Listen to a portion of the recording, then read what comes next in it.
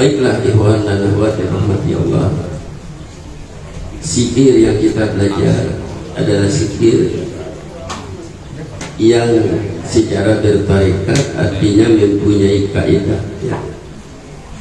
Zikir jahat yang ditelkinkan kepada kita tadi, pertama adalah untuk menjadikan iman kita iman yang betul-betul kuat, karena iman itu turun naik dan ada beberapa tingkat iman dalam ilmu tauhid: iman taklid, iman ilmu, iman ayat, iman akal, iman hakikat. Sekurang-kurangnya kita mencapai makam iman ayat, iman yang telah masuk di dalam kalbu, dibungkus dengan cahaya Islam. Karena kalau masih iman taklid, masih ikut-ikutan, ibarat daun lalang ditiup angin. Iman ilmu juga belum selamat, karena masih beredar di otak, di kepala. Boleh-boleh jadi orang lain semua salah, kalau tak sesuai dengan diri maka dia yang betul. Tidak ada rasa sedikit pun untuk menyesatkan, untuk mengkafirkan, untuk membidakan yang lain.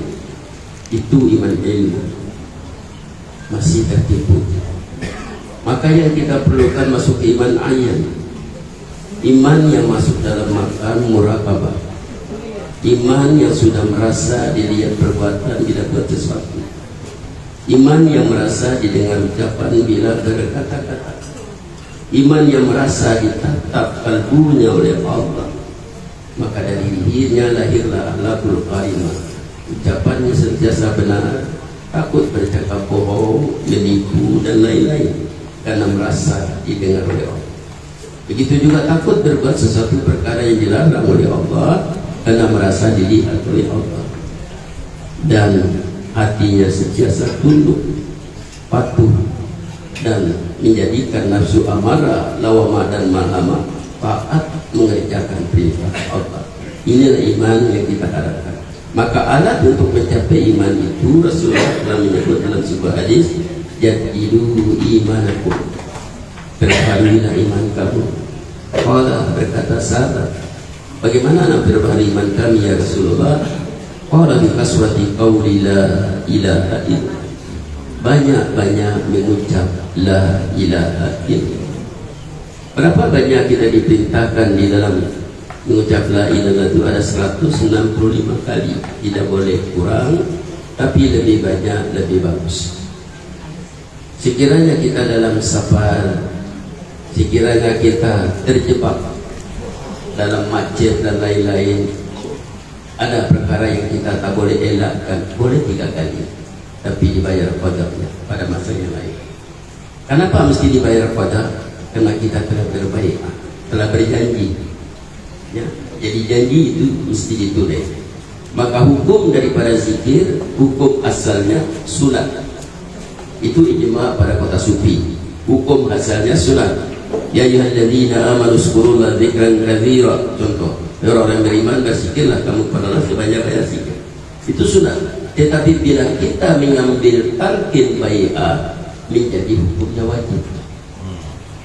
Jadi berat, bukan senang ya, untuk kita mengamalkan, karena halangannya, kekangannya paling hebat, terutama dalam konteks dunia modern hari ini. Maka kekangan untuk berzikir itu satu perkara yang memerlukan mujahadah, bersungguh-sungguh. Mungkin adik yang baru mendengar, yang baru dapat tadi, sedikit saja Ustaz, 165, memang sedikit bilangannya. Percayalah saya, kadang-kadang belum sampai 1 bulan 3 kali senyum. Yang senyum itu ada pengalamannya. Ya itulah. Bisa aja ya bro. Sebab satu kalimat yang sangat-sangat dijaga oleh Ibnu Islam. Bahkan ada orang yang pernah mengatakan kepada saya, Ustaz, senang jadi orang kafir. Coba, apa senangnya Tuhan? Ya sama dengan kerja iblis. Jadi iblis tak perlu kawal dia. Antum silap. Setiap orang kafir itu ada satu iblis. Untuk apa? Menjaga jangan sampai mengucap la ilaha illallah. Apabila mengucap la ilaha illallah walaupun 70 tahun, 60 tahun dia kafir, jadi imanlah dia hilanglah dosa sekali. Maka talqin bai'ah ini akan datang suara nanti selepas kita bangun, qumu maghfurun lakum qad butilat sayyi'atikum hasanah. Bangunlah kamu semua, Allah telah mengampuni dosa kamu dan Allah telah mengganti kejahatan kamu dengan kebaikan. Jadi talqin itu mengembalikan kita kepada fitrah. Jadi ini bukan masalah yang kecil. Sehingga ada riwayat disampaikan Syekh Abdul Qadir Jalani untuk talqin zikir hobi itu kena 2-3 tahun duduk dengan beliau. Sembayangnya malamnya sudah terputus, mandi tobatnya dan segala macam, akhlaknya sudah mulia, baru dibagi zikir hobi. Karena zikir hobi tadi iman Abu Bakar menjadi lebih berat ditimbang dengan iman seluruh umat Islam, seluruh manusia dan jin kecuali Nabi dan Rasul. Karena Rasulullah menyebut dari dadaku kepada dada Abu Bakar ditumpahkan sana. Dan itulah yang sampai kepada kita berdasarkan silsilah. Nah, jadi kita bersyukur. Nah, Allah sendiri mengatakanlah kitab Tauhid itu bersyukurlah kamu dengan bai'ah. Jadi beruntunglah kita. Tetapi keuntungan itu akan datang bila kita mengamalkan. Ya. Dan kena niat kita dari sekarang kena diperbetulkan. Ilahi anta maksudi, ya Tuhanku kau yang kutuju. Berarti ibadah kita dalam kita bertarekat dan beramal ini semata-mata untuk Allah. Untuk apa? Untuk mencari ridha-Nya wa ridha kamatlubi. Ini mahabbata kau ma'rifatak dan merebut cinta dan kasih sayang.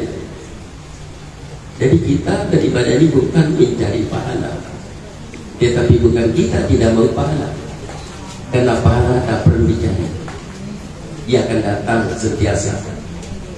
Faman ya'mal misqala dzarratin, kan jelas di situ. Siapa yang berbuat baik walaupun sebesar salah, tetap akan dapat itu pahala. Tapi yang kita cari, yang kita kejar bukan akhirat yang kita kejar, bukan surganya yang kita kejar, karena surga itu makhluk. Bukan dunia yang kita tuntut, karena dari makhluk. Tapi siapa yang kita kejar? Gila yang tamat. Kita kejar yang punya dunia dan yang punya akhirat. Bayangkan kalau yang punya dunia dan akhirat dekat dengan kita, mencintai kita, ridha dengan kita, cinta dengan kita, pasti dunia dan akhirat akan tunduk kepada kita.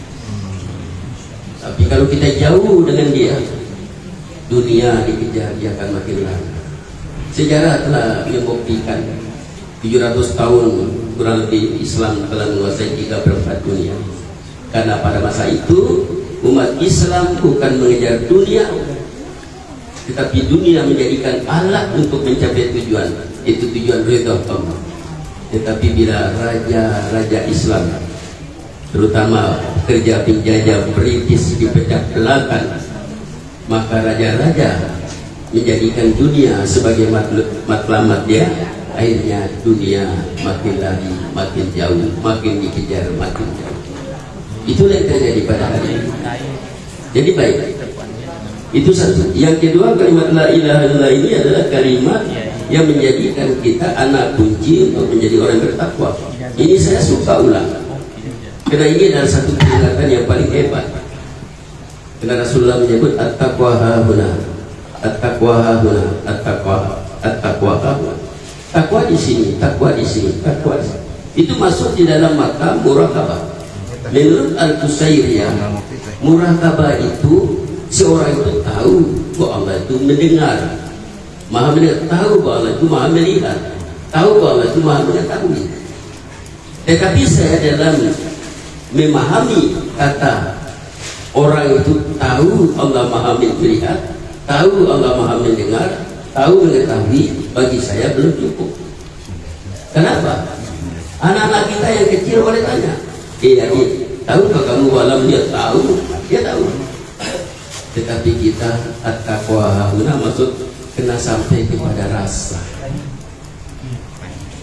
bukan setakat tahu.